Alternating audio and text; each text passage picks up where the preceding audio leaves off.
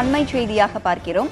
சேலம் தொகுதி திமுக வேட்பாளர் செல்வகணபதியின் வேட்புமனு ஏற்கப்பட்டிருக்கிறது. செல்வகணபதிக்கு 2 இடங்களில் வாக்களிக்கும் உரிமை இருந்ததாக குற்றச்சாட்டு எழுந்த நிலையில் தற்பொழுது அவருடைய மனு ஏற்கப்பட்டிருக்கிறது. நீண்ட பரிசீலனைக்கு பின்பு செல்வகணபதியின் வேட்புமனு ஏற்கப்படுவதாக அறிவிக்கப்பட்டிருக்கிறது. இது தொடர்பான கூடுதல் விவரங்களோடு இணைந்திருக்கிறார் நமது செய்தியாளர் மோகன்ராஜ். மோகன்ராஜ், அதிமுக தரப்பிலிருந்து பாமக வேட்பாளர்கள் தரப்பிலிருந்து பல்வேறு குற்றச்சாட்டுகள் புகார்கள் எழுந்த நிலையில தற்பொழுது செல்வகணபதியோட வேட்புமனு ஏற்கப்பட்டிருப்பதாக அறிவிப்பு வெளியாகி இருக்கிறது. தேர்தல் ஆணையம் அவங்களுக்கெல்லாம் என்ன பதில் கொடுத்திருக்காங்க? சற்று நேரத்திற்கு முன்பு வரை சேலம் மக்களவை தொகுதியில் போட்டியிடக்கூடிய திமுக வேட்பாளர் செல்வகணபதியின் மனு ஏற்கப்படுமா இருந்தது.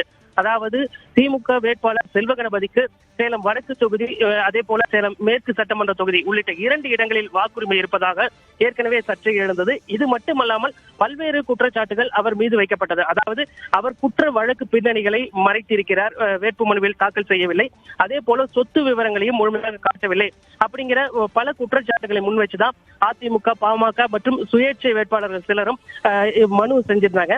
இதற்கு பிறகு இதன் காரணமாக காலை முதற்கொண்டே செல்வகணபதியின் மனுவானது பரிசீலனைக்கு உட்படுத்தப்படாமல் நிறுத்தி வைக்கப்பட்டிருந்தது.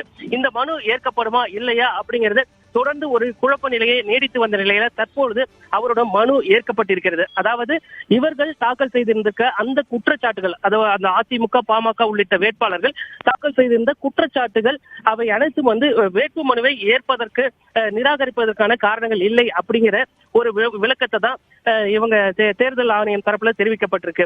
அது மட்டுமல்லாமல் இது தொடர்பாக விளக்கம் அளிக்க வேண்டும் என ஏற்கனவே செல்வகணபதி தரப்புக்கும் மாவட்ட தேர்தல் அலுவலர் மூலமாக அறிவுறுத்தப்பட்டிருந்ததன் அடிப்படையில் செல்வகணபதியின் வழக்கறிஞர்கள் அவர்கள் கேட்ட விவரங்களை அதற்கான விளக்கங்களை தாக்கல் செய்ததன் அடிப்படையில் அதிமுக மற்றும் பாமக உள்ளிட்ட வேட்பாளர்கள் செய்த அந்த குற்றச்சாட்டுகள் ஏற்புடையது அல்ல அப்படின்னு தள்ளுபடி செஞ்சதுனால தற்பொழுது சேலம் நாடாளுமன்ற தொகுதியில் போட்டியிடக்கூடிய திமுக வேட்பாளர் செல்வகணபதியின் மனு ஏற்கப்பட்டிருக்கிறது.